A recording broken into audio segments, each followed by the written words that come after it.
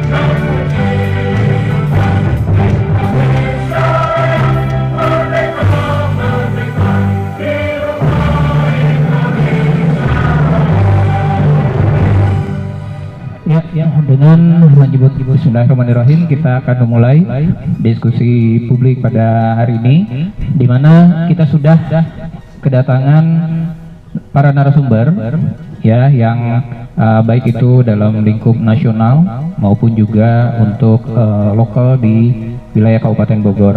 Mungkin sebelumnya perlu saya perkenalkan terlebih dahulu ya, yang di samping mengenakan batik, beliau ini memang nggak apa-apa hari Jumat, biasanya memang batik ya. Biasanya batik hari Jumat.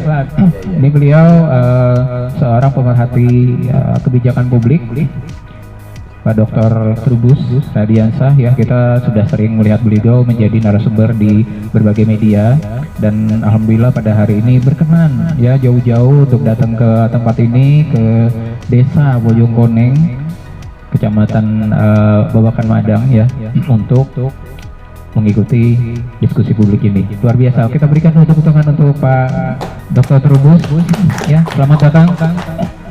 Iya, Pak Dokter. Kemudian yang di sebelahnya, kalau ini pakai batik, kalau di sana kita nyebutnya pakai apa? Pangsi. Iya, pangsi dengan totopongnya gitu kan. Kalau udah kayak gini udah ketahuan orang Batak ya. Oh salah. Beliau salah seorang yang sangat concern dengan budaya dan juga sejarah Kabupaten Bogor ya. Kalau saya sih kenalnya bukan nama aslinya, kalau nama aslinya saya masih kurang familiar, tapi kalau Kang Edohnya sih saya kenal gitu ya. Saya udah ini. Demikian Atma Wijaya, Kang Edo ya. AMF itu AMF. Ya, AMF nanti bisa dijelaskan lah ya. Panjangan ini pasti panjang nih. TB AMF Atma Wijaya atau Kang Edo. Saya lebih suka memang kalau di Bogor itu panggilnya biasanya Akang sama Teteh gitu ya. Ini Kang Edo selaku ini dia nih satu. Monggo silakan, ini dari ketua kita Persatuan Wartawan Indonesia Kabupaten Bogor. Iya, PWI. Iya, PWI Kabupaten Bogor yang punya wilayah Kabupaten Bogor untuk media ya. Oke, selamat datang Pak Haji Subagio ya.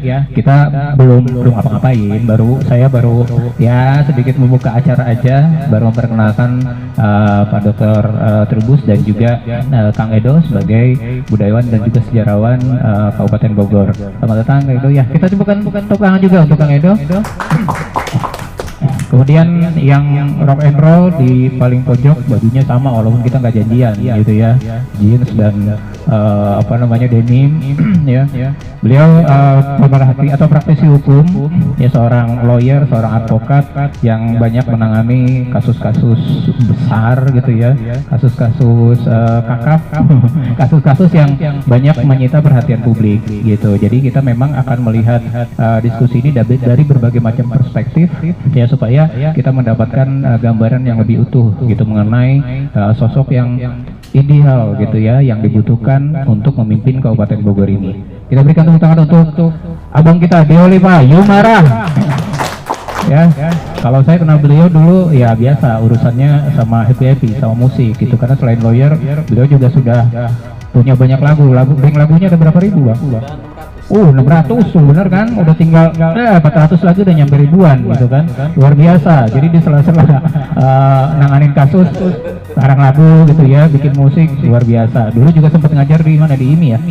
Dulu Pendiri IMI, Institut Musik Indonesia dulu. Jadi banyak anak didiknya sekarang udah jadi artis besar juga gitu ya. Oke, terima kasih abang sudah hadir di sini. Dan tadi ya beliau Pak Haji Subagio sebagai Ketua PWI atau Persatuan Wartawan Indonesia Kabupaten Bogor yang juga alhamdulillah sudah berkenan untuk hadir pada hari ini. Selamat datang, saya lagi mengucapkan terima kasih atas kehadirannya, luar biasa ya. Oke.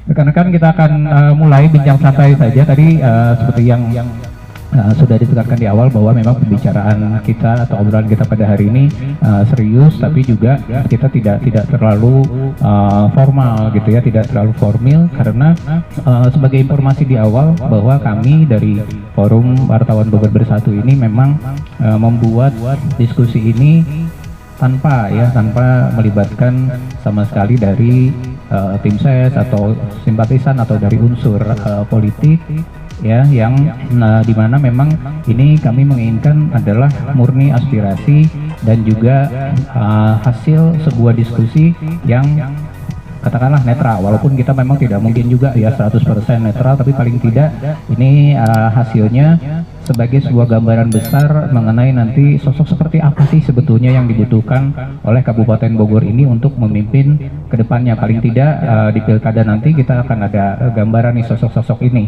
Kalaupun ada sosok yang tidak ideal, tapi paling tidak mendekati lah, mungkin seperti itu gitu ya. Makanya hari ini kita mengundang para narasumber ini untuk melihat perspektif tersebut, kalau bisa memang secara utuh gitu ya.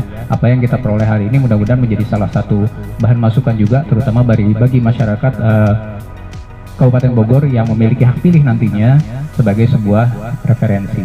Mungkin seperti itu ya. Kita mulai aja. Sebelumnya siapa yang kira-kira saya tanya dulu ya? Mungkin saya ke Pak Dokter dulu, Pak Trubus dulu ya. Sekedar ya sudah terbuka nih Prof. Jadi begini, dari kacamata seorang pemerhati kebijakan publik, melihat Kabupaten Bogor ini seperti apa dalam perspektif dia sebagai sebuah kabupaten gitu, dan dalam perspektif sebuah wilayah yang ada di salah satu daerah terpenting juga. Kita dekat dengan wilayah kekuasaan, walaupun sekarang katanya sudah bukan ibu kota ya di Jakarta ini ya. Nah, ini melihatnya Kabupaten Bogor ini seperti apa Prof dalam percaturan lokal maupun juga di nasional. Silakan. Iya, terima kasih izin kepada Pak. Saya semuanya. Dari perspektif saya selaku ada ibu pakar, pengamat atau apalah terserah, pokoknya di orang kebijakan publik ya. Posisi Bogor itu sangat strategis karena menentukan masa depan aglomerasi nanti, karena di dalam Undang-Undang Nomor 2 tahun 2023 itu 2004 malah, itu jelas bahwa istilahnya berpindahnya ibu kota negara ke IKN, tetapi akan berpindah ke sana karena undang-undangnya sudah jelas namanya Undang-Undang Daerah Khusus Jakarta, bukan lagi DKI. Nah, Undang-Undang Nomor 2 ini mengamanatkan salah satunya adalah mengenai kewilayahan. Nah, wilayah itu dulu kita mengenal istilahnya Jabodetabek ya, Jabodetabek. Nah, kemudian dalam PP 60 ada istilah Jabodetabek Punjur. Ya, itu untuk wilayah karena penataan secara khusus. Sebenarnya itu rekomendasi dari dulu namanya Bank Dunia tahun 50-an itu di dalam salah satu memori Gubernur DKI Jakarta pertama Bang Ali Sadikin itu sudah disebutkan bahwa Jakarta ini akan suatu saat akan menjadi wilayah yang mencakup wilayah yang sangat besar, sehingga istilahnya waktu itu digabung menjadi Jabodetabek itu. Kemudian muncullah Depok jadi Jabodetabek. Nah, kemudian muncul lagi Cianjur tambah Puncak dan Cianjur jadi Jabodetabek Punjur istilahnya itu. Tetapi di aglomerasi yang kemarin itu ternyata disingkat saja Jabo, tapi Punjur. Jadi puncaknya nggak disebut, yang disebut langsung Cianjur. Jadi namanya langsung Cianjur, namanya itu di dalam perumusannya waktu saya ikut membantu menyelaraskan mengenai kewilayahan itu. Nah, posisi Kabupaten Bogor itu tidak lagi sebagai penyangga itu, tapi sekarang konsep sudah berubah. Aglomerasi menurut konsep Marshall ini kan sebenarnya mengutip namanya Alfred Marshall, itu adalah pembentukan wilayah ekonomi. Jadi ada pusat ekonomi itu mengangkat ekonomi wilayah di daerahnya.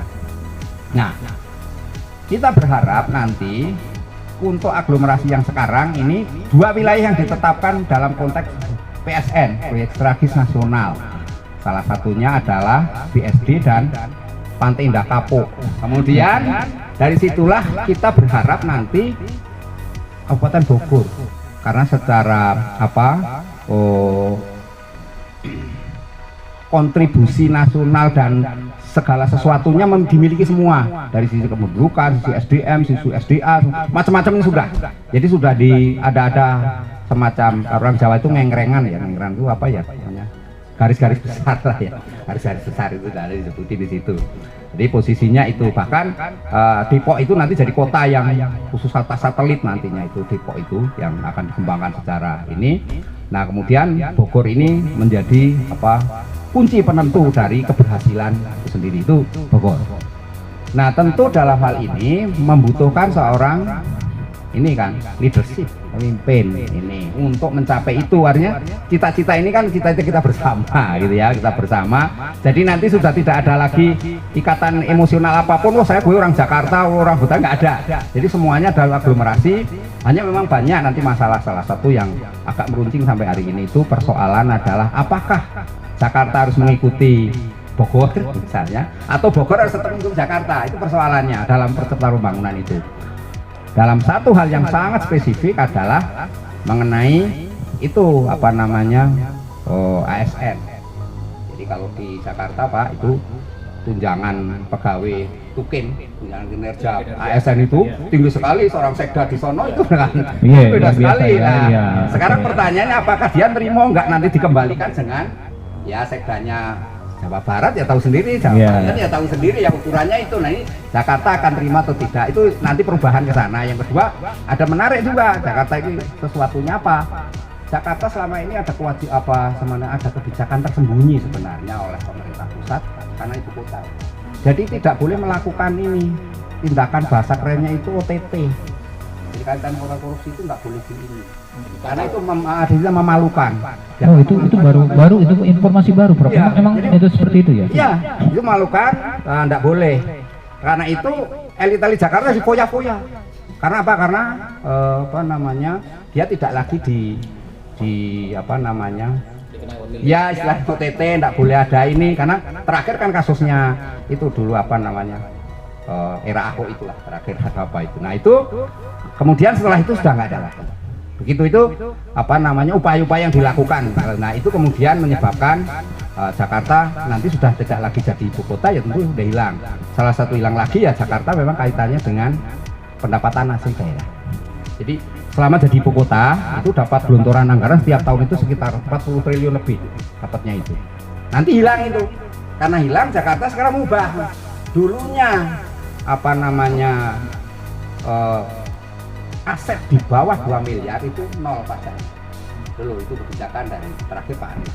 Pak Ahok malah 1 miliar sama ini diganti. Dengan alasan kemarin alasan pandemi Covid. Nah tapi sekarang oleh Pak Heru PJ yang sekarang ubah Mas. Jadi harus bayar pajak. Ini terjadi perubahan, jadi 2 miliar pajak. Tapi ada kebijakan yang terlanjur sudah agak error. Misalnya apa? Terkait dengan ini apa? Penonaktifan NIK nomor induk kependudukan. Anda bayangkan aja orang Kabupaten Bogor KTP-nya di Jakarta kok dipersoalkan. Saya bilang itu untuk apa dipersoalkan? Karena itu kan di wilayah aglomerasi sama. Jangan merasa dulu iya karena dia ibu kota. Kalau orang Jakarta nih, ada orang Bogor tinggal di Jakarta nggak boleh. Kecuali dia belum. Udah kalau punya aset boleh seperti itu ya. Jadi hal-hal inilah kemudian nanti bagaimana ini judul yang ini tawarkan saya kebantuan hanya sama karena judulnya kok sangat ini gitu ya, sangat ya sekaligus menantang, kebetulan mau pilkada juga gitu. Iya betul. Pilkada ya sesuatu lah, ini saya orang luar tentu waduh judulnya betul-betul ini, tapi gini, ini secara kerja publik itu ada 4 ya kriteria seorang pemimpin kerja publik. Pertama, pemimpin itu kemudian integritas inilah kemudian menjadi sosok yang dibutuhkan dalam konteks kepemimpinan Indonesia. Itu sosok itu melekat kepada Pak Muhammad Hatta. Jadi Pak Muhammad Hatta ini sosok pemimpin yang punya integritas, betul hidupnya itu betul-betul untuk Indonesia. Karena itu ketika berantem dengan saudaranya sendiri dalam arti Pak Soekarno, dia mundur karena integritas sudah beda, dia udah nggak mau secara ini. Tapi jiwa raganya tetap diperuntukkan untuk Indonesia gitu. Nah itu karena integritas, kejujurannya, kemudian segala ya prinsip-prinsip hidupnya, kemudian moral akhlaknya betul-betul ini makanya itu tercipta yang namanya Muhammad Hatta itu menjadi ikon sampai hari ini. Nah kedua itu adalah pemimpin yang kategori punya kapabilitas. Ya, kapabilitas jadi kemampuan. Jadi kalau bahasa Betawi orang yang punya kemampuan, mampu itu. Bahasa sederhana itu sebenarnya mungkin di sini ada ini bapak tapi ibunya nggak ada, bapak-bapak semuanya, bahwa ada pemimpin kita namanya Pak Franseda. Nah, Franseda ini tokoh yang sangat dikenal di era Pak Soekarno. Dia jadi menteri muda pertama diangkat jadi orang muda jadi menteri itu era Soekarno. Kemudian di era Soeharto dia diangkat lagi jadi menteri, sampai di era Bu Megawati dia masih jadi ketua tim ekonominya. Artinya ini orang yang punya kapasitas betul. Jadi betul-betul profesional dalam konteks ini. Nah, kemudian yang ketiga dalam kerja publik itu ada yang disebut dengan otoritas. Jadi seorang pemimpin yang punya otoritas. Nah, otoritas inilah kemudian harus daya dukungnya tinggi dari masyarakat, public trustnya harus tinggi. Tentu orang yang punya inilah pilihan yang paling pertama, tentu sudah siapa di sini yang punya suara terbanyak. Nah, itu adalah mereka yang kategori punya otoritas. Seperti itu. Karena itu kemudian sudah diputuskan ini. Meskipun itu namanya otoritas. Otoritas dalam konteks adalah bagaimana suatu pemimpin nanti adalah orang yang punya jiwa kenegarawannya lah gitu ya. Tapi juga punya kewenangan untuk masa depannya membawa istilahnya ya Kabupaten Bogor ini ke depannya seperti apa, yang aglomerasi kan, jadi itu. Dan yang keempat itu intinya adalah karitas. Itu 4 kalau di kerja karitas itu pemimpin yang melayani ya, sosok yang paling diidolakan di dalam masyarakat Indonesia yang sejarah dari awal Indonesia merdeka itu adalah Sri Sultan Hamengkubuwono IX. Nah, Sri Hamengkubuwono itu sosok yang betul-betul dia seorang raja yang melayani masyarakat benar. Jadi tidak mau membedakan ini, bahkan beliau punya kesempatan haji aja nggak mau naik haji. Ya kan, mengapa itu nanti ini inilah. Tapi yang jelas itu adalah bagaimana beliau merangkul. Nah ini konteksnya kemudian yang kekinian adalah bagaimana mendapatkan pelayanan. Pemimpin yang berhasil melayani masyarakat itu yang akan disukai. Ya, tentu dalam hal ini kalau kita lihat belajar dari terlepas pro kontranya terhadap rezimnya sekarang, Pak Jokowi dengan belusukan itu adalah bagian dari konteks itu. ya, konteks pelayanan. Dia maunya cepat, pakai apa namanya SPBE, sistem pelayanan berbasis elektronik digital. Meskipun akhirnya ada hacker-hacker itu, hackernya muncul setelah apa? Ada masuknya Elon Musk dengan Starlink itu. Nah, itu muncul isu-isu macam sekali banyak ya. Akhirnya kita banyak ini. Tapi ya itu yang harus ini, bahwa kita menciptakan namanya satu data Indonesia SDI sudah dikeluarkan. Tapi kita bagaimana mau data, datanya bocor melulu, datanya dihacker melulu. Nah ini juga menjadi tantangan, tapi itu hal yang baik gitu. Jadi pelayanannya maunya seperti itu yang disukai masyarakat. Karena itu sering orang mengatakan, kenapa kok Pak Jokowi itu kalau di dalam survei itu nilainya sampai 7,73 loh persen kepuasan loh itu. Ada apa sesungguhnya? Orang mau dongkol itu karena bansos, bukan. Bansos salah satu aspek saja, ada bansos. Tapi ada lain-lain yang sebenarnya mewarnai di situ. Nah, jadi yang penting adalah bagaimana kemudian tadi. Karena itu dalam konteks untuk Kabupaten Bogor ini menarik sebenarnya mengenai konteks berwawasan, pemimpin yang berwawasan aglomerasi. Jadi pemimpin yang aglomerasi inilah nanti yang akan melakukan. Karena apa? Karena generasinya sudah berubah. Saya udah generasi mungkin sudah mulai mendekati, karena usianya kepala 5 kan, jadi udah mulai kolonial kita sudah kan. Kepala 5 ya, Mas Joko udah kepala 5 sama, berarti sudah mendekati kolonial. Nah ini kan ada yang kita kategori bukan milenial ya, kolonial ya. Nah, ada bawa lagi Gen Z. Gen Z. Nah, Gen Z itu Gen Z. Nah, Gen Z ini kan kemarin memenangkan, nah, sehingga ini terjadi pola juga secara nasional ya, kita bicara nasional. Presiden ganti, usia yang 40 diganti, di bawahnya boleh. Sekarang untuk Cakada, calon kepala daerah pun dirubah lagi untuk di bawah itu. Artinya memberi ruang bagaimana kekuatan Gen Z ini, terlepas dari bahwa Gen Z itu tingkat penganggurannya tinggi, ya kan, tinggi karena kelemahan pemerintah tidak menyiapkan mereka untuk bisa mendapatkan pekerjaan yang layak. Tetapi Gen Z ini yang punya inovasi-inovasi, ya, dan itu ketika pemerintah membuat yang rame-rame kemarin mengenai tapera, saya orang pertama yang teriak-teriak sampai di DPR kita teriakkan bahwa tidak mungkin seorang Gen Z istilahnya diwajibkan untuk membayar tapera, karena Gen Z ini mereka menganggur, jadi sesungguhnya pekerjaannya pekerjaan. Jadi kita itu yang diwajibkan sebenarnya ASN itu PNS ya, itu dapat tapera wajib, ya betul, karena dia tiap bulan dapat dari APBN, boleh. Yang kedua adalah pekerja swasta. Nah, pekerja swasta itu 3%. Itu 3%, tapi yang anehnya itu diminta juga pelaku usaha atau perusahaan harus menyumbangkan 0,5 pada itu. Nah, begitu sampai ke pekerja mandiri itu ya pengangguran, freelance. Nah, ini Gen Z ini disuruh bayar 3%. Lah boro-boro bayar 3% untuk makan aja nggak ada kan, ini pemerintah jadi bagaimana? Dia bilang begitu, karena ngukurnya bagaimana, orang nggak kerja disuruh ini. Enggak, ini niatnya tabungan, betul niatnya tabungan, tapi bagaimana implementasi di lapangan, karena kebijakan tidak mudah kan, jadi bagaimana menghitungnya. Nah itu juga hal dalam konteks, sehingga kekuatan Gen Z inilah yang nanti membawa percepatan dalam konteks bagaimana Bogor, Kabupaten Bogor ini nantinya sebagai wilayah yang menjadi tidak hanya strategis tapi menjadi tolok ukur keberhasilan wilayah-wilayah lain. Ya, itu yang harus diingat. Tangerang sudah maju dulu, Kabupaten Tangerang, Tangsel itu sudah ini industrinya. Kemudian untuk Depok sudah data, Bekasi sudah, tapi Kabupaten Bekasi sama dengan di sini ya.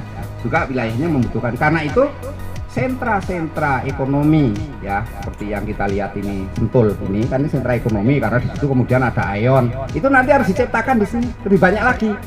Gitu. Nah ini yang akan dianggap sebagai pertumbuhan kota, di mana nanti tingkat pertumbuhan ekonomi, masyarakatnya sudah dapat pekerjaan, kemudian pendapatan asli daerah, nah itu bisa naik.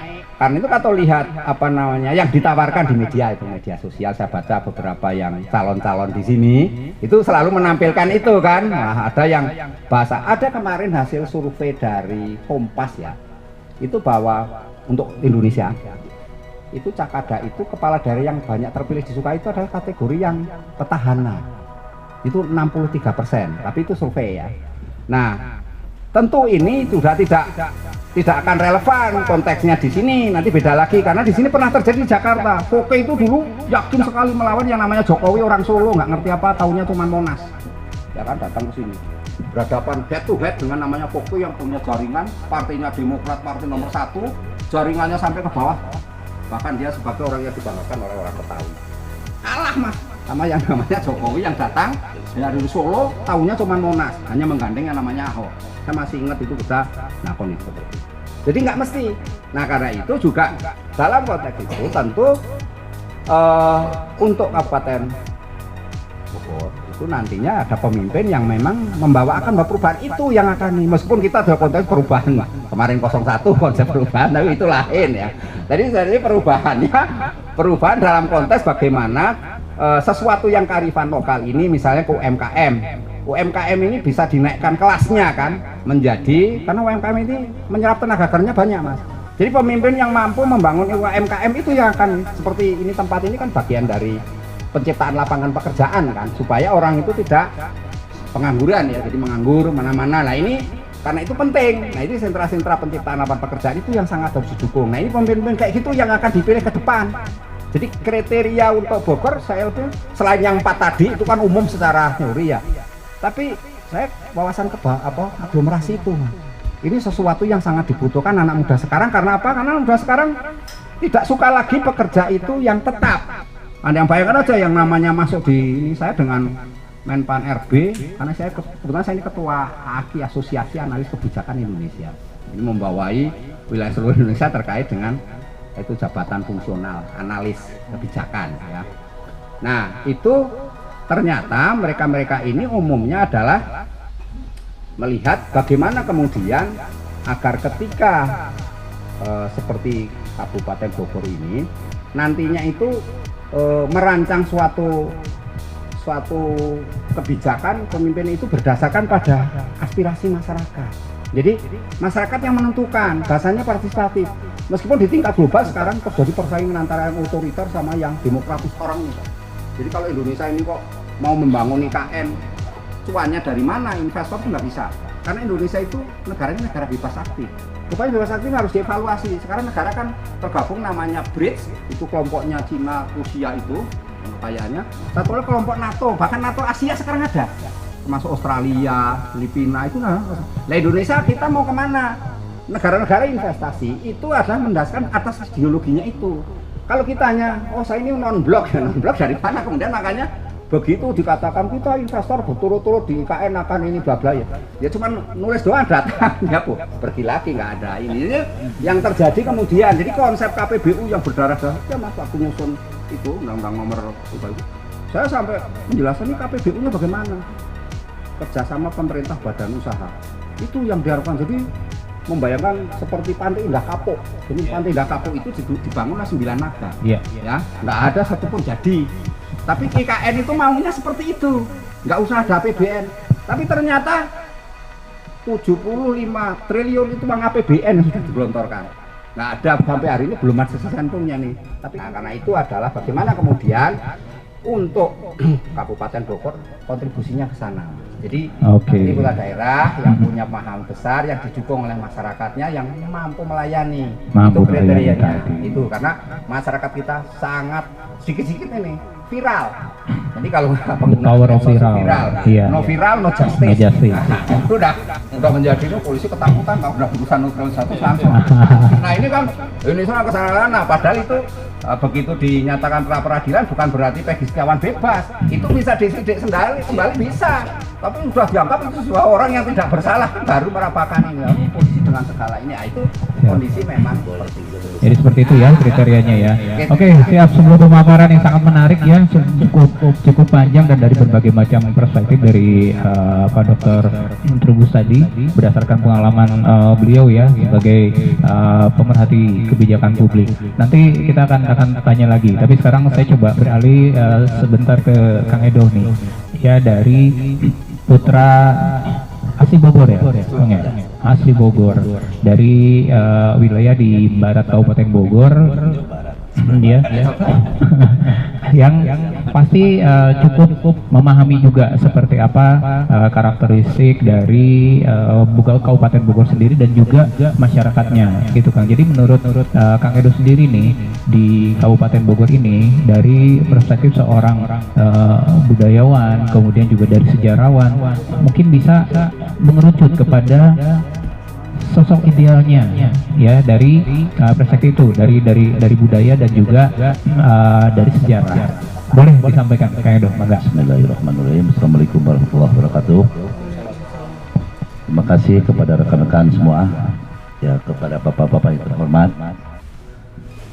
Ya menurut pendapat saya kriteria pemimpin ya untuk Kabupaten Bogor ke depan kebanyakan, bukan kebanyakan, mungkin udah menjadi rahasia umum. Satu, populer, yang kedua visi misinya gimana gitu ya. Cuma terkadang belum pernah ada yang mengangkat tentang sejarah budaya lokal, jarang itu, kebanyakan ekonomi semua. Terus mengenai sosok pemimpin itu kan mungkin berangkat dari masyarakat biasa yang tadinya orang biasa, kemudian terkenal.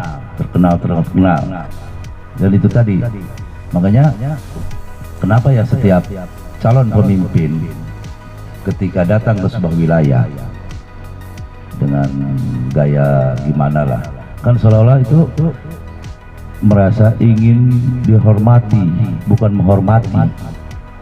Itu sudah menjadi rahasia umum dan jarang memahami kontur budaya lokal yang ada. Contoh ginilah,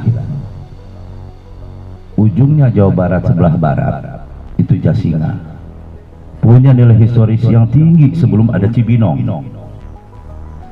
Yang kami tahu dari dulu menurut cerita dan tulisan sejarah yang ada ya, kita flashback sedikit, oke.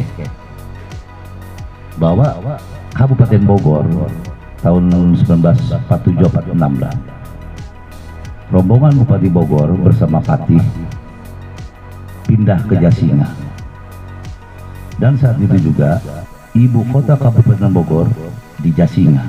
Itu kan bagian dari sejarah.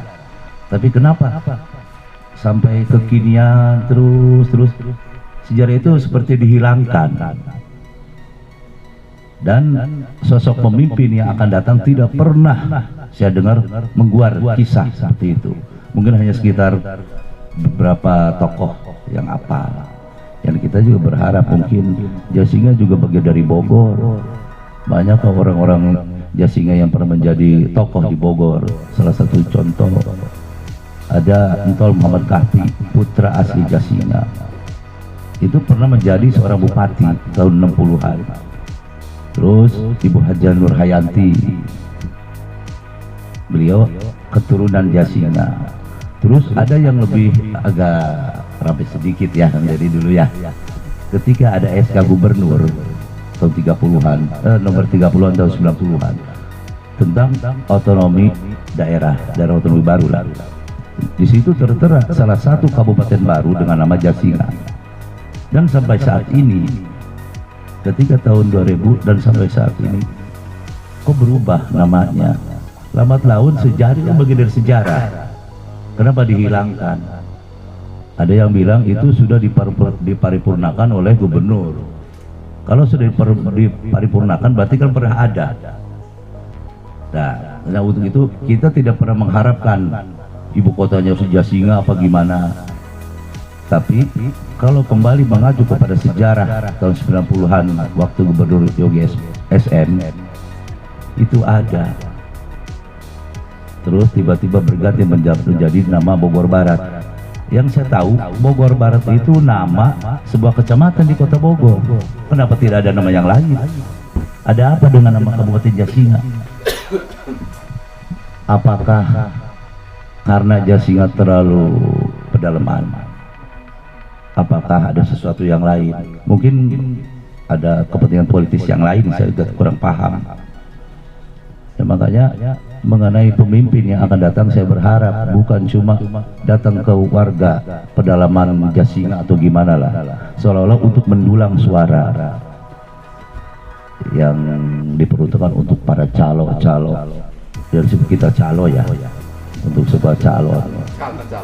Ya, Calo menawarkan suara gitu. ya, bakal gini, bakal gini, pasti semua berbicara ekonomi. Ini belum pernah ada yang berbicara masalah sejarah dan budaya. Masing-masing wilayah punya sejarah dan budaya. Untuk itu saya belum pernah mendengar salah satu calon yang ingin mengangkat budaya daerah, sejarah budaya daerah tiap wilayah. Ini kan Bogor luas.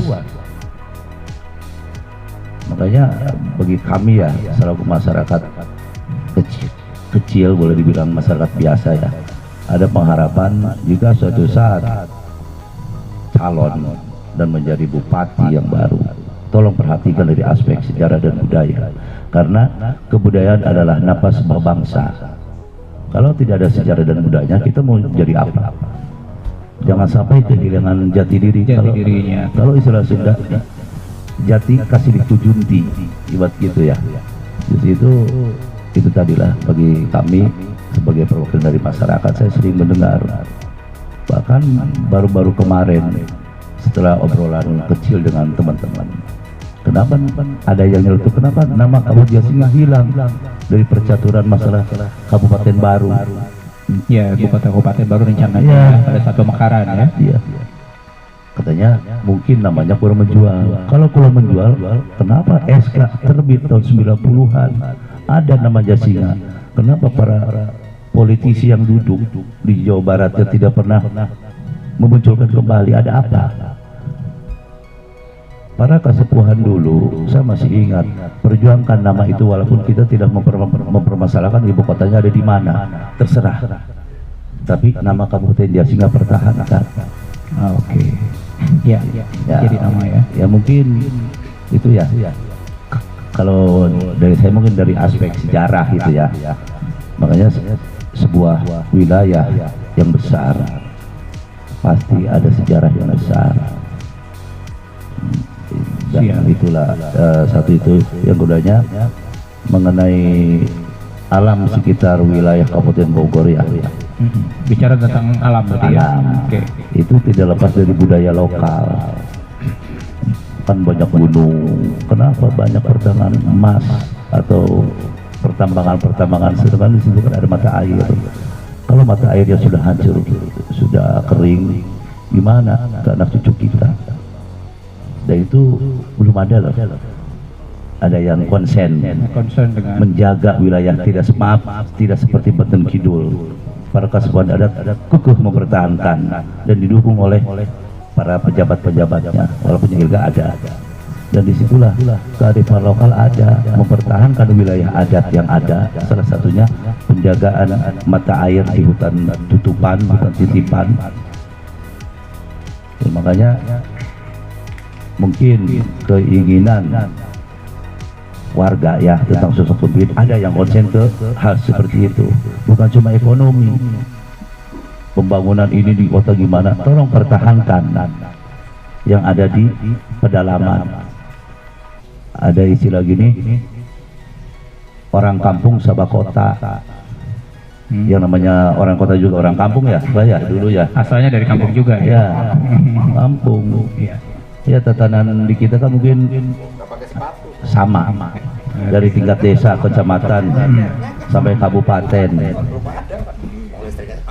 ya. Kita kan mungkin hanya menunggu waktu kapan realisasi masalah itu. Oke. Ya, mungkin hanya itu dulu ya. Itu dulu ya. Saya. Oke, siap kami. Ya, itu dia dari perspektif sejarawan dan juga budayawan. Ya, intinya tadi tidak melupakan sejarah dan juga tetap memuat kearifan-kearifan lokal termasuk dalam hal pengelolaan alam, ya, sumber daya alam seperti itu. Sekarang ke abang kita, Bang Deolipa, ya, Bang Olip.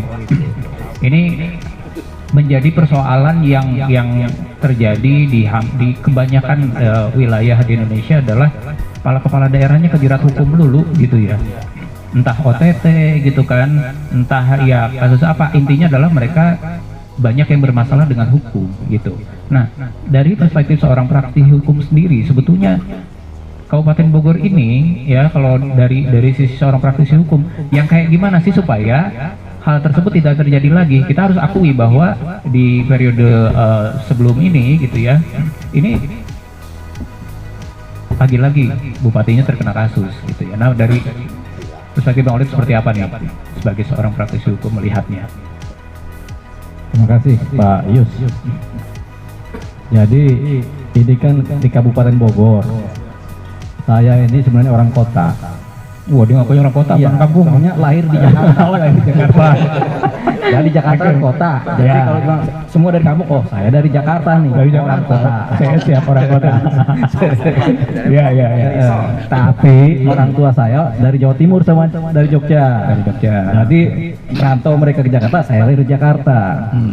Besar di Manado kan, Manado. kuliah di Depok. Udah di Depok. Sampai sekarang di Depok. Ya, dekat lah ya dari Nah, sini. sekarang kita disuruh kemari ke Kabupaten Bogor. Bogor. Tapi tetap desa. Tetap saya orang kota. Akhirnya di kota. Ya gitu. Nah. Santai ya. Oke, santai aja betul. Jadi begini, kalau bicara Kabupaten Bogor, ini wilayah yang dari saya kecil juga suka main kemari. Puncak, Jasinga, Lewiliang, Citorek kan gitu kan, sampai Cilengsi, Cibinong, wah udah muter-muter. Karena kita orang tukang jalan. Kadang-kadang kenapa kita tukang jalan? Karena kita suka kalau ada wanita cantik di sudut-sudut mana-mana gitu. Anting ya. Sono kita. Jadi kita survei. Jadi kita tahu jalan ini di wilayah Kabupaten Bogor. Tapi dulu tahun-tahun 90-an, ini Bogor ini masih banyak hutannya. Masih banyak kebun-kebun. Sekarang ini udah mulai jadi kayak kota. Jadi kayak kota ya. Banyak villa, banyak rumah. Tapi yang punya villa bukan orang Bogor kebanyakan. Orang Jakarta. Orang Jakarta juga. Oke. Nah, gitu, itu persoalan ya. Kita muter dulu nih ceritanya. Betul, ya. muter dulu. Nah, Ya. jadi kalau kriteria saya sepakat dengan Pak Trubus, Pak Profesor Trubus, yaitu memang integritas penting. Yang kedua, saya sepakat juga poin kedua dari Pak Edo, budayawan, bahwasanya untuk menjadi seorang yang bagus di Kabupaten Bogor ini atau sebagai pemimpin harus mengerti budaya dan akar asal usul dari daerah dan budaya gitu. Perpolitikan zaman dulu itu memang harus dipahami dulu. Jadi dua kriteria itu. Nah, yang ketiga itu ada tambahan juga dari Pak Edo, yaitu harus mengerti hutan. Begitu. Maksudnya mata air. Nah, memang kita kalau memilih pemimpin di wilayah sini, ini Kabupaten Bogor ini ada gunung, ada bukit, ada lembah, ada sungai, ada daratan. Semua ini kalau tertata secara rapi, ini bisa bagus. Artinya memang adat ini penting juga, menjaga adat, wilayah-wilayah adat. Ini kan kebanyakan kita sudah lupa sama wilayah adat. Memang tadi cerita wilayah adat Jasinga. Zaman dulu bagus itu wilayah adat Jasinga. Kesana lagi dulu kan masih Jawa Barat tuh, Banten kan? Ya, dulu Jawa Tapi sudah jadi Banten sekarang. Nah, itu dia. Nah, sebenarnya kalau pemimpin lahir dari budaya-budaya dan adat yang baik, dari perilaku budaya lokal, adat yang mengedepankan kearifan lokal, tentunya pemimpin ini akan umumnya bersih dari keserakahan. Jadi pemimpin yang korupsi ini adalah pemimpin yang serakah. Apa tuh Pak? Greedy kalau bahasa Inggrisnya kan. Gitu. Jadi ya. Jadi pemimpin yang serakah biasanya lahir dari kota. Karena budaya kota itu budaya individualistik kan. Pokoknya mencari sebanyak-banyaknya untuk kepentingan diri sendiri. Sementara kalau budaya kampung, budaya daerah atau budaya lokal itu mencari kehidupan untuk masyarakat banyak. Apapun kehidupan, pokoknya yang penting untuk masyarakat banyak, saudara, tetangga, segala macam kan, yang seadat-adatnya kan gitu. Nah itu, jadi memang kriteria yang bagus adalah pemimpin memang dari lokalan, nah gitu. Yang kemudian berasal juga dari wilayah lokal dengan budaya-budaya lokal yang ada. Jadi benar kalau Pak Edo ngajuin diri, saya pilih aja nih kalau orang sini kan. Ya, gitu aja begitu. Langsung nyalon gitu. harapannya Pak Edo jangan ke bawah sama orang kota yang lain tuh. Nah, jati dirinya jangan bilang. Ya. Udah sama kota beda lagi gitu ya. Ya kan integritas kita balik lagi ke yang pertama, bahwasanya integritas. Tapi integritas ini nggak bisa dibentuk sesaat. Dia memang dari kecil dibentuk. Tapi kita nggak bisa dapat satu orang dua orang kemudian dari kecil tuh tiba-tiba integritasnya sekarang berbeda dari perilaku dia kecilnya. Jadi harus dilihat masa lalunya juga. Jadi itu dia. Nah, kalau kemudian sekarang banyak yang korupsi di wilayah Bupati Bogor, tentunya ini kan tadi dibilang greedy rakus tadi. Rakus tadi ini sebenarnya nular. Jadi mungkin ini ada orang lokal nih yang terpilih, tapi karena kemudian terpengaruh sama menteri-menteri kayak SYL tadi, sama SYL sama, Ya, gitu, ke bawah dia. iya. Orang di Jakarta banyak yang korupsi, tapi KPK nggak boleh nangkep. Wah, enak ini kan gitu. Iya, Kan? Ya udah, kami coba deh, ternyata ketangkep kan gitu. Wah, emang kurang ajar di Jakarta. Kami dikejar sama orang Jakarta. Nah, gitu. Jadi itu tadi sebenarnya nular. Ya, jadi keserakahan itu nular dari orang per orang. Kenapa? Karena melihat orang lain kok enak, kok kita enggak gitu. Terus ada nafsu. Nafsu ini penting. Yang membuat orang jadi serakah. Dulu saya masih muda, saya nafsu tuh sama cewek aja, sama duit enggak. Sama duit enggak ya? Kesono kita mau cari yang cantik kemana? Survei terus begitu. Sampai kalau malam itu kalau lewat jalur puncak nih, naik jalur puncak nih Cisarua ke atas tuh, saya paling suka tuh kalau ada petit, cet langsung. Kira. Soalnya apa? Di balik lampu tadi pasti ada pesanan. Ada, mau nggak? Barang baru. Ada. Walaupun barang lama terus. Iya. Barang baru, Pak. Nah, jadi nggak bisa kita kemudian kita harus memilih seorang bupati kemudian tanpa melihat latar belakang. Jadi yang kedua kita juga nggak bisa bilang Anda harus punya integritas, nggak bisa juga. Ini memang benar nasib-nasiban kalau kita pilih. Kita udah pilih yang paling bagus pun tetap kecebur juga. Jadi nasib-nasiban. Dulu kita punya gubernur zaman dulu di Jakarta ini kan ada Ali Sadikin. Ya. Bagus. Tapi dia legalkan tuh yang namanya judi. Tapi bagus ya. Dia nggak mikirin dirinya sendiri. Pokoknya judi ada supaya masyarakat sejahtera. Gitu. Ada nggak pemimpin seperti itu kan? Yang di Kabupaten Bogor kan misalnya kan? Iya. Judi boleh, tapi pemimpin apa masyarakat sejahtera? Jawabannya tidak ada, karena nanti kena pidana kan? Ilegal. Jadi gitu. Nah, apa yang kemudian menjadi ukuran sehingga seseorang tidak korupsi ketika dia menjadi Bupati Bogor? Iya. Jawabannya tidak ada. Tidak ada. Kita mengukur gimana tidak ada, karena seringkali orang korupsi atas dasar kilaf. Jadi kilaf tadi kemudian mencemplungkan orang menjadi koruptor. Kalau ada yang menyampaikan bahwa korupsi itu salah satunya yang paling utama adalah karena ongkos politiknya juga besar, itu seperti apa, Pak? Kalau ongkos politik udah pasti besar. Nah, jadi untuk mengembalikan ongkos politik ketika kita melakukan demokrasi secara ala Amerika, tentu yang diperlukan adalah uang. Nggak ada, kita nggak punya uang terus kita bisa mencalonkan diri terus jadi, nggak ada. Kenapa? Kita mau bikin spanduk aja paling enggak udah 100.000, spanduk kecil kan, yang punya 1 kali 1 meter kan, 100.000. Yang besar 5 juta, dikali sepanjang jalan Cisarua aja sampai puncak sana, gede, itu udah duit semua terhitung. Nah, jadi makanya ada yang namanya gabungan grup lah. Gabungan grup untuk menyiapkan uang supaya apa? Gimana Bud? Komunitas untuk menciptakan uang untuk mendukung paslon. Nah, itu dia. Tapi kemudian itu ada yang namanya take and give.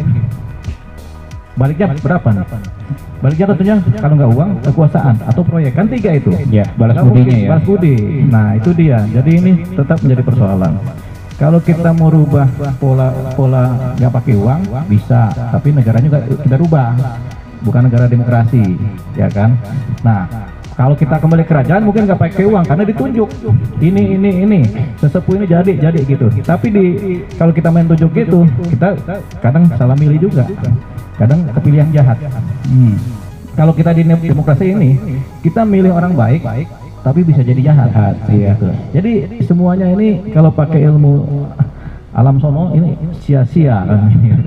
Nah, harapan kita anggap aja setiap pemimpin punya potensi korupsi, sehingga nggak bisa dicegah. Tapi yang paling penting adalah kontrol dari masyarakat. Ketika seorang terpilih menjadi pemimpin, masyarakat mengontrol, hukum mengontrol, gitu. Dikontrol aja semua. Semakin ketat dikontrol semakin bagus. Gitu. Jadi kuncinya bukan ada di kriteria pemimpinnya tadi nih, yang punya integritas atau punya budaya, karena yang punya integritas pun akan bisa juga kejebur begitu kalau ada kesempatan. Gitu. Siapa pun kita nggak tahu Pak Jokowi korupsi nggak sih?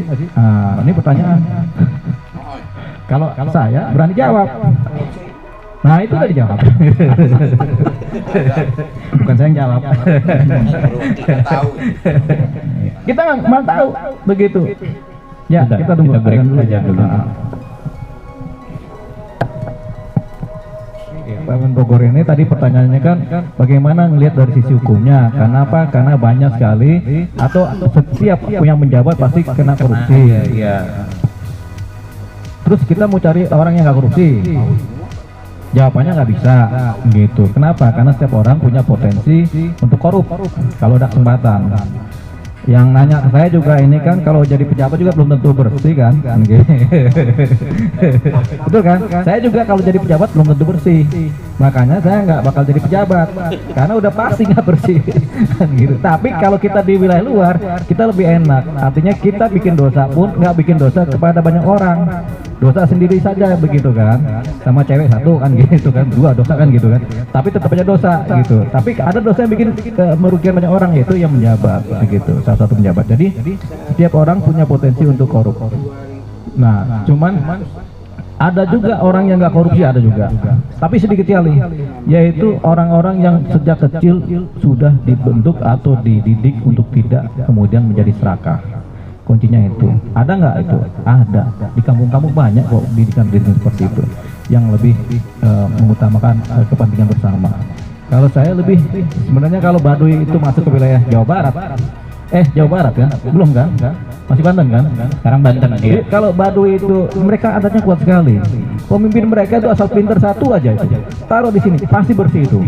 Begitu. Tapi Baduy kan di Banten. Nah ini kan agak kemarin ini Jasinga nih. Ada nggak nih pemimpin dari wilayah Jasinga yang sudah didik adat tapi kemudian pas terpilih jadi kan ini pasti lumayan. Jadi gini, semua orang potensi korup, tapi potensi korup ini ada yang besar ada yang kecil. Nah yang kecil ini bisa dilokalisasi atau bisa dikontrol. Kalau udah potensi korup besar, dia yang mengontrol kita nanti pasti itu. Sekarang ke ketua ini nih PWI ya, sebagai insan pers lah, dan juga sekarang membawahi salah satu organisasi pers paling tua ya, dan sebuah lembaga yang juga sangat dihormati. Ini melihat dari keseharian, kemudian juga dari masukan-masukan yang ada berhadapan dengan masyarakat, dengan anggota. Ini sebetulnya seperti apa? Melihatnya Kabupaten Bogor ini memerlukan sosok seperti apa nih dari sisi seorang praktis media dan juga seorang ketua organisasi wartawan. Silakan Haji. Terima kasih. Assalamualaikum warahmatullahi wabarakatuh. Sebenarnya tadi sudah dipaparkan oleh Profesor Pak Trubus dan sekaligus abang kita baru kenal tatap muka, tapi luar biasa sih, lucu gitu. Begitu pula Kang Elo, baru kita ketemu ya. Sebagaimana yang dipaparkan sudah panjang lebar detailnya dan sebagainya. Saya dari sisi pers, kelemahan di kita adalah masalah kebijakan yang tidak langsung menyentuh di bawah. Di antaranya hanya sifatnya pamer wacana, pamer untuk menaikkan rating. Di sini otomatis kita agak keder ketika akan mencari pemimpin yang ideal. Karena apa? Karena tidak lepas dari kungkungan dari partai politik juga. Seandainya pemerintah secara pusat ada goodwill, semua pemilihan sekarang yang sudah dipraktekkan di desa-desa untuk money politik sudah mulai agak berkurang. Jadi semua ditanggung oleh pemerintah. Tapi ketika menjadi pemimpin, apakah itu presiden, apakah itu gubernur, apakah itu wali kota, bupati, dengan sendirinya dia harus melepaskan bajunya dari partai politik. Kalau ini tidak akan dikoreksi, tidak akan ada perubahan, maka tetap aja kos politiknya tinggi.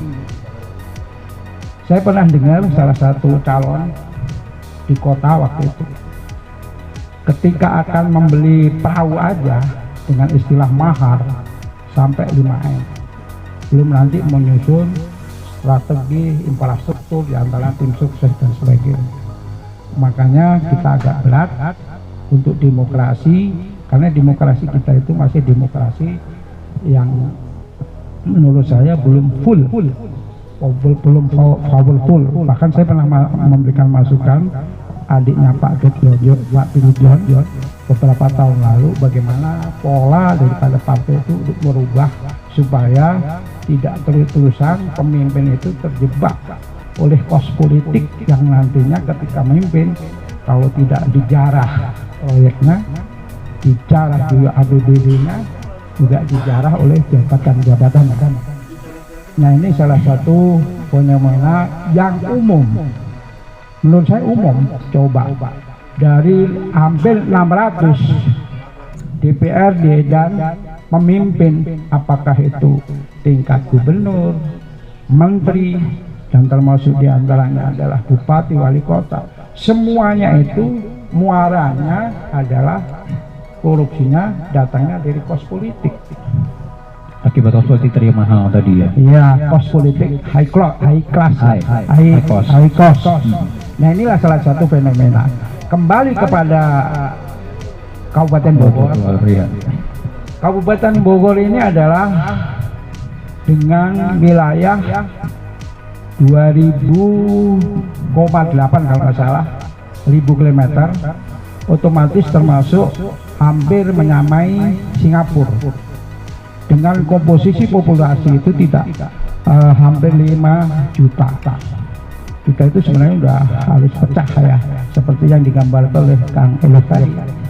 Karena apabila nggak pecah, otomatis untuk pembangunan hanya terjadi segmentasi aja, misalnya daerah tertentu tidak menyebar. Beda dengan sudah otonomi yang selama ini harusnya 90 sudah mekar ya, Kang Elo ya, untuk wilayah Bogor Barat, sebutnya Bogor Barat, Kang Elo, bukan Jasinga kan? Iya, Bogor Barat. Saya.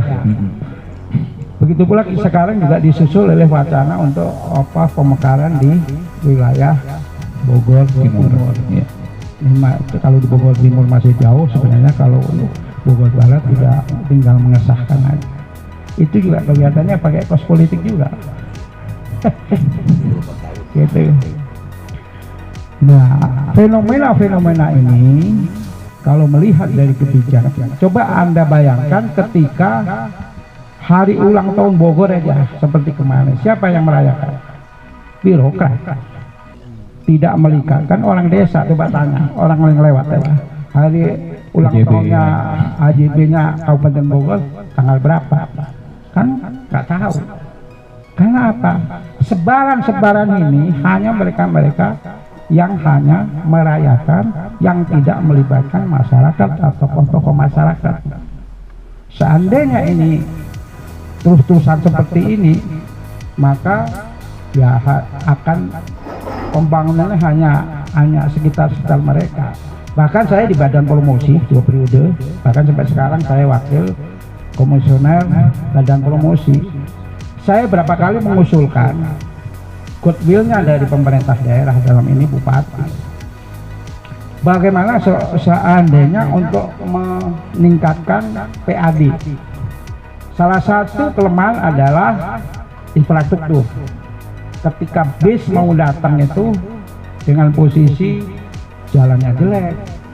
Padahal ini adalah sangat molek lah kalau kita gali secara profesional, karena semua alami. Tidak seperti di Jogja, daerah-daerah lain semua adalah buatan. Begitu pula ada kutipan-kutipan yang sejumlah deretan kutipan. Saya mengusulkan, kenapa nggak satu tempat saja, sehingga nggak menjadi keluhan dari pengunjung wisata. Tetap juga lain. Jadi menurut saya, apapun usulan kita, niatan kita, tapi ketika kebijakan tidak ada goodwill-nya pemerintah daerah dalam ini, top manajernya bupati, maka ya seperti ini. Terkait dengan masalah kebijakan-kebijakan, misalnya angka stunting masih tinggi, pengangguran masih tinggi, dan sekaligus pendidikan. Dengan sekarang juga banyak juga mereka yang akan gagal masuk negeri, otomatis banyak yang drop out. Otomatis ini juga harusnya dipikirkan pemerintah lebih jauh. Jangan malah semakin mempersempit. Zonasi itu tidak lain adalah supaya tidak ada sekolah yang favorit, mengutamakan wilayah sekitar. Seketika saya tanya zonasi itu kriterianya bagaimana? Ketika misalnya kuotanya 50%, butuhnya 300, bisa 3 rombongan belajar, itu seandainya 500 itu ketutup semua dari kuota itu, sudah yang 1 kilo, 1,5 kilo atau 700 meter nggak masuk. Nah ini juga selalu problematik juga dari sisi pendidikan, karena tidak semua orang sekitar wilayah sekolah itu mampu untuk sekolah di swasta. Ya. Begitulah kebijakan-kebijakan yang sifatnya program pertanian, program-program peternakan, semuanya itu pembiaran. Tidak ada lagi pengawasan secara ketat supaya itu bisa berkembang biak. Nah ini kelemahan-kelemahan dari yang perlu ke depannya, itu pemimpin memikirkan ke sana. Begitu pula pendidikan tadi saya sebutkan, begitulah yang lain-lainnya. Dan kita ini udah termasuk dicap sebagai pemimpin yang koruptor, karena 2 periode, 2 pemimpin semuanya kena tsunami 2 kali, apakah dari APBD maupun dari gratisasi dari wajar tambahan penguncilan WTP. Tidak lepas daripada kebijakan Jokowi, ketika tidak WTP otomatis 20%-nya ditahan di AU-nya. Otomatis pemimpin-pemimpin ini harus mengejar WTP dengan segala cara. Di antaranya di Bekasi juga ambil semua daerah-daerah yang memaksakan diri. Nah inilah kalau fenomena ini terus pembiaran, semuanya akan menjadi bim salah bim. Sebagaimana disebutkan Pak Trubus tadi, panjang lebar. Begitu pula abang kita yang sangat cantik menurut saya, Wah Edo. Nah ini Bang Edo juga salah satu muatan budaya lokal. Saya pernah mengusulkan juga Kang Edo. Di antaranya saya cemburu dengan daerah-daerah lain. Di antaranya di setiap hotel, tempat wisata. Kenapa nggak ada budaya-budaya yang sifatnya kedaerahan? Misalnya kayak di Bandung ada semacam kayak pakaian itu menerima tamu. Nah ini kita usus sudah capek Pak. Sekarang bagian daripada badan promosi. Terus yang kedua juga saya pernah jadi tim penilai daripada maskot. Saya bingung juga Pak Kang Edo, maskot pemilu kada. Ciri khas Cibinong itu apa? Ciri khas Kabupaten Bogor itu ada. Pujang udah didominasi oleh kota. Iya. Rusa juga kota. Coba apalagi? Masa Talas juga diklaim oleh kota juga. Curug. Akhirnya saya memilih adalah itu rusa itu. Rusa dengan Pati dan Mani atau apa itu. Akhirnya dipilihlah. Kemudian tim penilai yang terkait maskot itu akhirnya memilih itu, akhirnya yang dapat, makanya pemilu kalian nanti ada kayak macan itu dengan mati. Nah kita memang sangat ini, sangat termasuk ikonnya dibilang mana? Nggak ada kan? Nggak ada. Lucu kita. Kota yang termasuk di antaranya jumlah populasinya tinggi, tapi tidak ada ciri khasnya. Kalau di kota kan jelas Kujang dengan megahnya. Cuman yang di Kabupaten Bogor terkenalnya yang kata abang kita tadi, ada kelip kalau ke puncak itu pila. Bukan pila ya, pila. Masa mau seperti itu? Nah inilah sederet apa yang saya bisa amati, dan saya juga kedepannya pemimpin yang tetap harus menanggalkan, ketika memimpin harus menanggalkan partai, dan sebagai anak bangsa, pemimpin bangsa yang otomatis bisalah sedikit-sedikit mereka akan terjerat oleh kritik yang besar. Mungkin itu aja. Oke. Terima kasih. Siap. Terima kasih. Ini paparan yang sangat luar biasa ya dari narasumber kita. Karena ini acaranya diskusi, jadi harusnya sih memang ada ada dialog seperti itu ya. Mungkin teman-teman rekan-rekan di sini ada yang juga ingin menyampaikan sesuatu ya, entah itu pertanyaan ataupun juga terkait dengan hal yang ingin ditanggapi.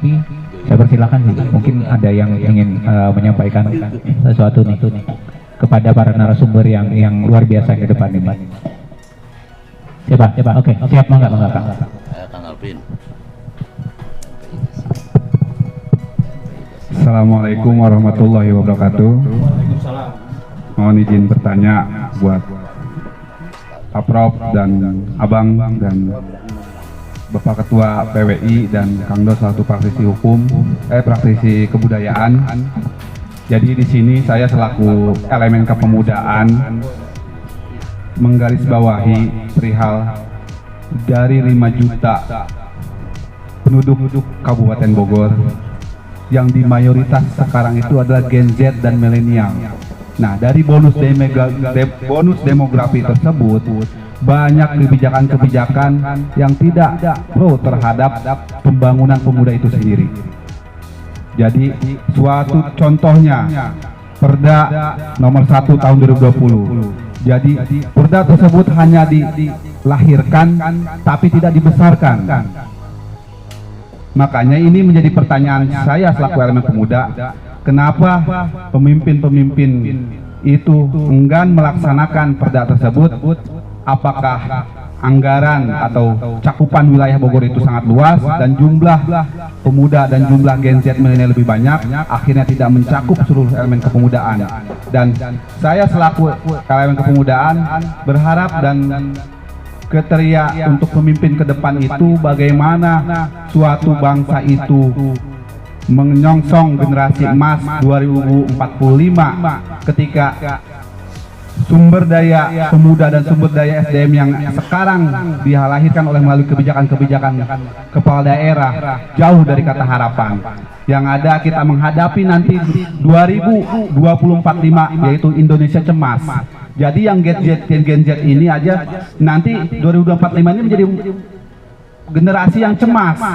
Mulai dari tadi disinggung perihal TPRA, mau di mana Gen Z ini membayar hak-hak tersebut kepada pemerintah, sedangkan untuk ruang-ruang berekspresi pemuda dan ruang-ruang ekonomi tersebut tidak diberi ruang yang sangat khusus. Cukup sekian dari saya, mungkin segitu saja. Terima kasih. Wassalamualaikum warahmatullahi wabarakatuh. Pertanyaan ditujukan ke siapa? Semuanya. Jadi versi-versinya nanti.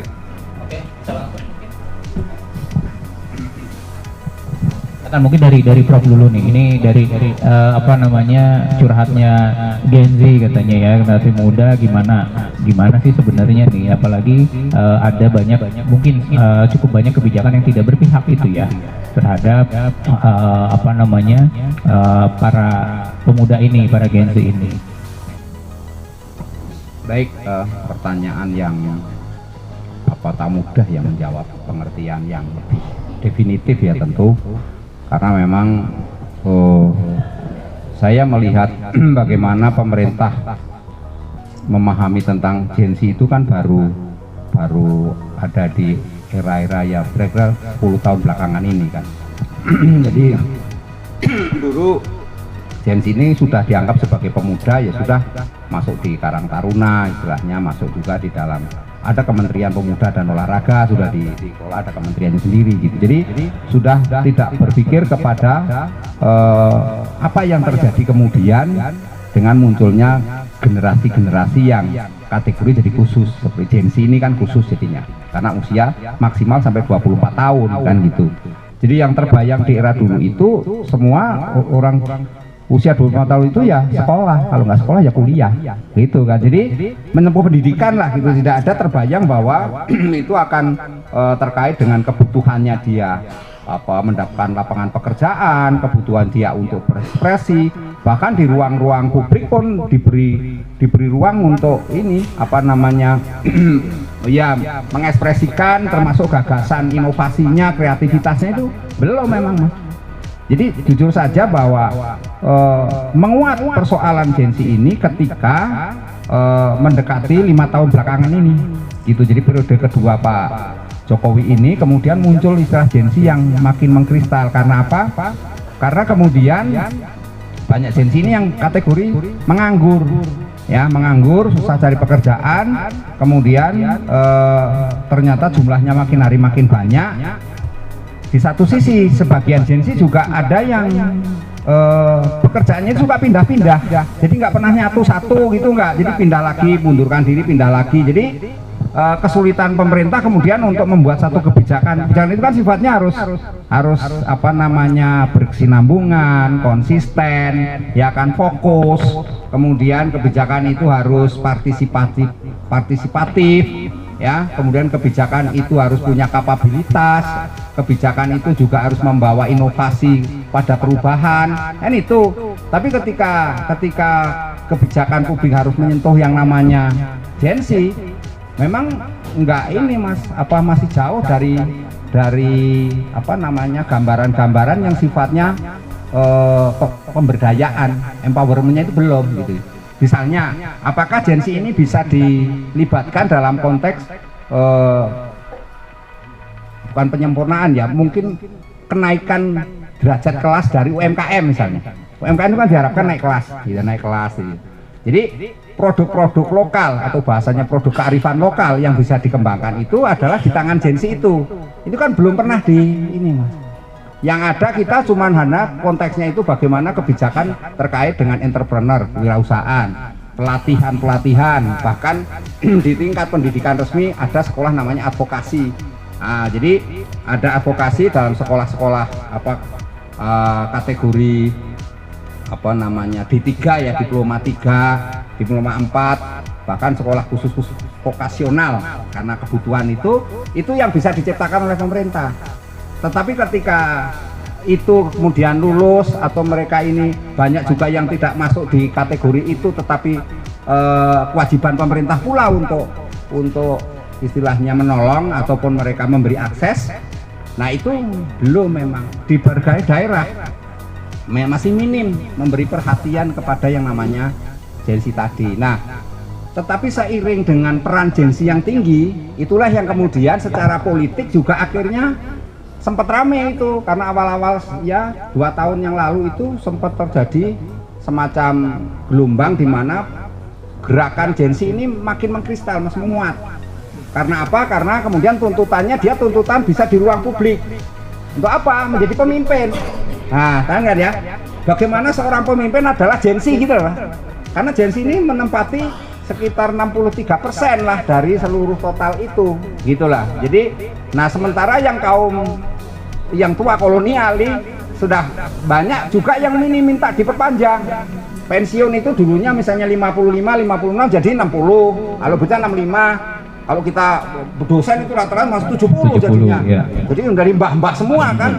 Nah sementara yang ini naik ke atas, yang bawah ini nggak pernah, harusnya kan dulu sudah diperhitungkan bahwa kenapa pensiun misalnya TNI, Polri itu pensiun 56 karena harapannya regenerasi.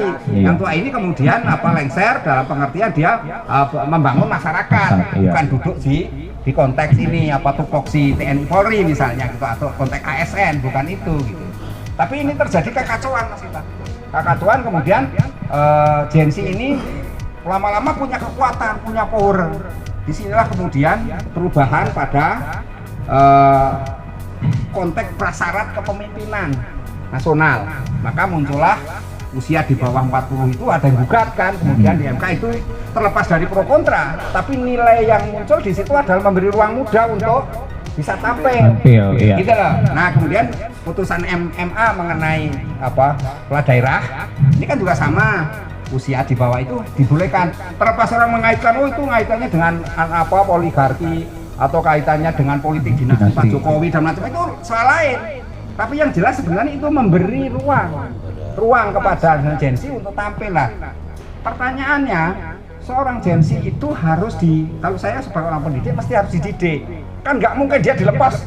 Nah kalau ayam itu dilepas tanpa indo ya kurang karu-karuan gitu. Nah ini butuh bimbing. Nah persoalannya untuk mengadvokasi, membimbing, ini butuh kebijakan yang tersendiri. Sebenarnya ada peluang sama nih.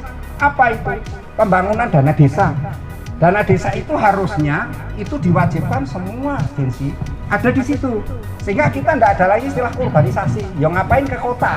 Kalau di desa itu ada pekerjaan kan gitu ya. Dana desa yang miliaran setiap tahun itu, yang belakangan terus rame lagi karena ternyata apa dana pendidikan juga dana desa kan itu rame lagi. Itu menggambarkan betapa kemudian ruang-ruang Gen Z untuk berekspresi, untuk inovasi, untuk berkembang lebih baik sebenarnya di desa itu, dana desa itu. Tapi karena nggak ada kebijakan regulasinya, tidak ada satu apa namanya kewenangan otoritas yang diberikan, akhirnya nggak bisa jalan. Karena di kita ini sisi politik itu ya harus ini, kita negara yang memang sistemnya adalah sistem presidensial Mas, multi partai, artinya seorang presiden harus didukung oleh banyak partai.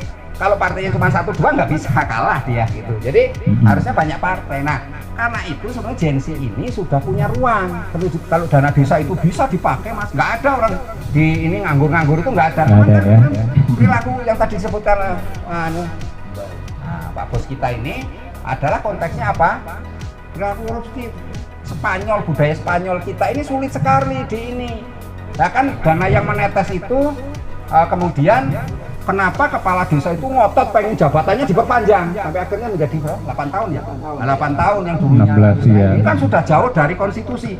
Karena undang-undang dasar kita itu menyebutkan jabatan itu paling lama 5 tahun. Jadi kalau dulu dibikin 6 tahun kepala desa itu, asumsinya 1 tahun itu untuk penyesuaian. Kenapa? Karena kepala desa itu umumnya banyak kan urusannya rendah, SMP misalnya. Nah itu supaya adaptasi dulu 1 tahun dia memahami dikasih.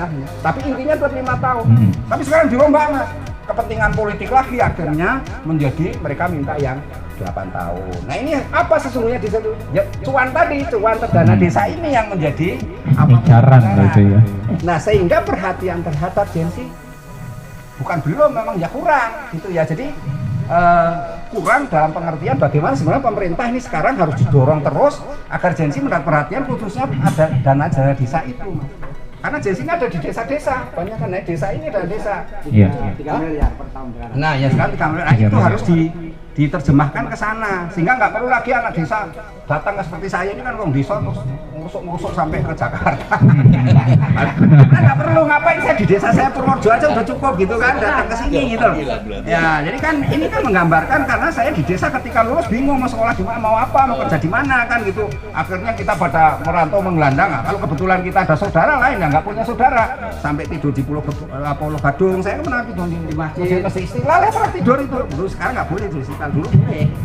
Saya masih mengalami itu. Karena apa? Kan bingung kita mau kemana karena nggak punya saudara kan.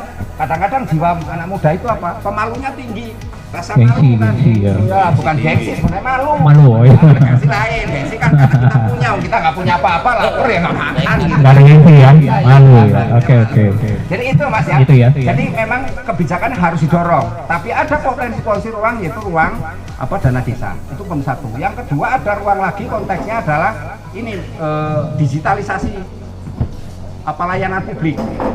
Jadi digital layanan publik itu menjadi potensi bagi Gen Z karena orang Gen Z ini orang yang paham tentang ini. tentang smart Teknologi, dunia iya. teknologi, dunia ini IT itu dia menguasai. Karena itu dia kutek keluarlah ini. Salah satunya bahwa kutek adalah judi online. Tapi dia kutek mas. Jadi paham kan ya? Maksudnya itu ada bagian dari yang memang ruang itu. Pemerintahan pun sudah namanya SPBI, sistem pemerintahan berbasis elektronik. Elektronik artinya digital.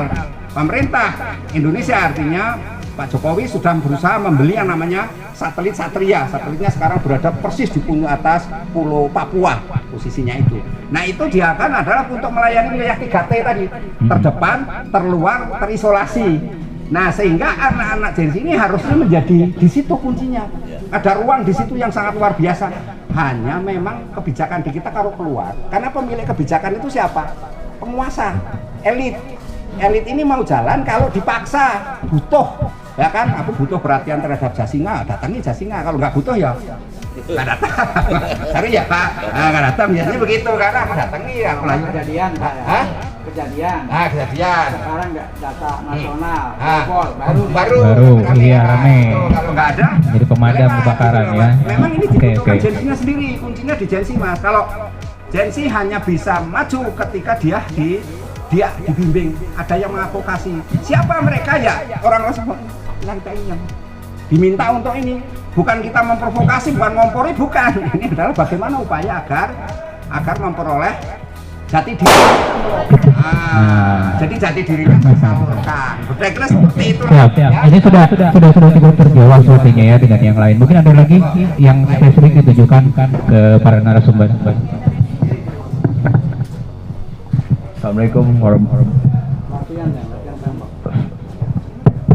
Assalamualaikum warahmatullahi wabarakatuh. Saya Sujardi, ini salam kenal Pak. Kita kan ngobrol santai nih ya. Nah, saya ingin meminta pandangan dari Bapak praktisi hukum ini. Agar lebih santai, saya tidak mengurangi rasa hormat. Saya mohon izin duduk. Bapak. Ini baru-baru ini ada di stasiun televisi ini adanya salah satu terpidana diberikan izin luar biasa untuk mengikuti kontestan dalam pilkada ini. Saya ingin minta pandangan dari abang praktisi hukum kita ini, karena mungkin kita sepakat ya, secara lahiriah manusia itu pasti baik. Sepakat secara lahiriah ya, dari lahiriah kita secara lahir baik. Akhirnya dari pandangan awal abang praktisi hukum tadi ada pengaruh karena kesalahan itu gitu.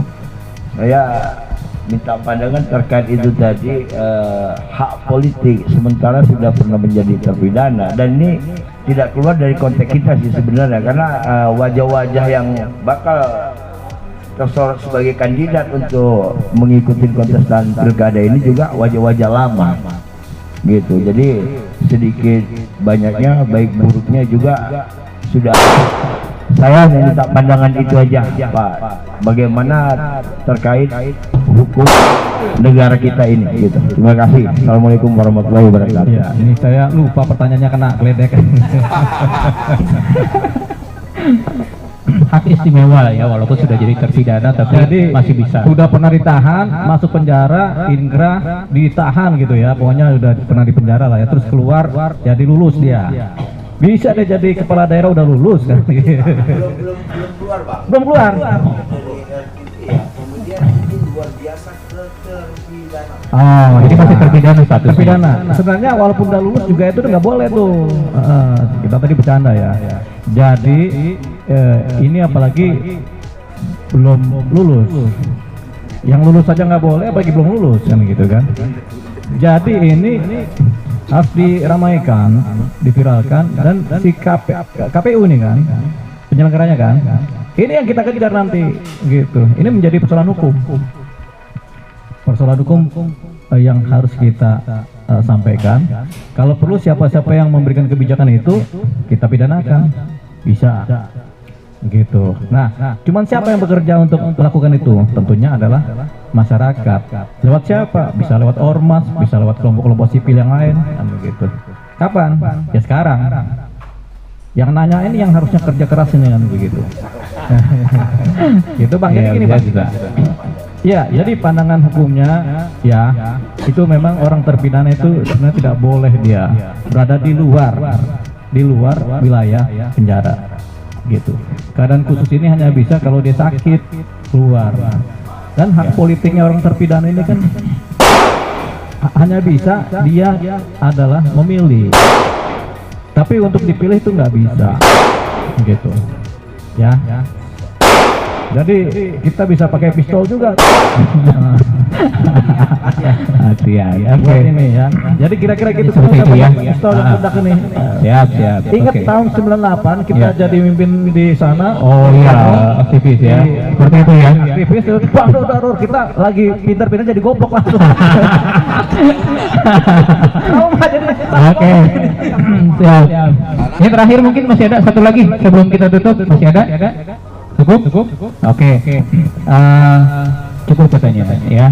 Jadi mungkin itu hasil diskusi kita yang sebetulnya kalau dari kita sih merasa ini masih cukup singkat gitu ya, karena bahasannya sebenarnya bisa banyak gitu, bisa kemana-mana, tapi paling tidak kita sudah mendapatkan satu perspektif yang cukup luas ya dari berbagai narasumber ini yang latar belakangnya juga berbeda-beda gitu ya, dari masing-masing mereka memiliki satu kesamaan tadi paling tidak mengenai soal integritas tadi ya. Jadi mungkin kriteria, kalau kita bicara kriteria sosok ideal pemimpin Kabupaten Bogor ya, ideal ini memang sesuatu yang sulit untuk dicapai, tapi bukan berarti tidak bisa gitu ya. Paling tidak mendekati ideal ini dengan modal integritas gitu ya, dengan modal kearifan lokal tadi ya, salah satunya bagaimana membawa budaya kejujuran itu pada saat dia menjadi seorang pemimpin. Mungkin begitu ya. Oke, ya seru sekali. Nanti kalau mau ngobrol off air di luar apa namanya diskusi kita kali ini silakan saja. Tapi yang terakhir adalah saya sampaikan terima kasih sekali untuk semua narasumber yang sudah hadir pada hari ini, yang sudah menghadiri diskusi publik yang diadakan oleh Forum Wartawan Bogor Bersatu ya, yang diadakan di Akademi Raja Wali Shooting Academy. Jadi memang tempat ini salah satu tempat yang menjadi salah satu juga untuk membina para generasi muda untuk menjadi seorang atlet penembak, selain juga untuk tembak rekreasi dan sebagainya gitu kan. Dan sekali lagi juga saya ucapkan terima kasih untuk Mas Andreas ya sebagai pemilik dari tempat ini yang sudah memberikan ya keleluasan pada kami untuk mengadakan diskusi pada hari ini. Jadi selain untuk menembak ya, di atas juga memang itu ada salah satu spot untuk berkuda, kemudian juga ada kafe di atas sana. Ini luar biasa, seorang Mas Andreas masih muda tapi sudah memiliki kepedulian yang tinggi juga nih terhadap masyarakat dan juga pembinaan para generasi muda.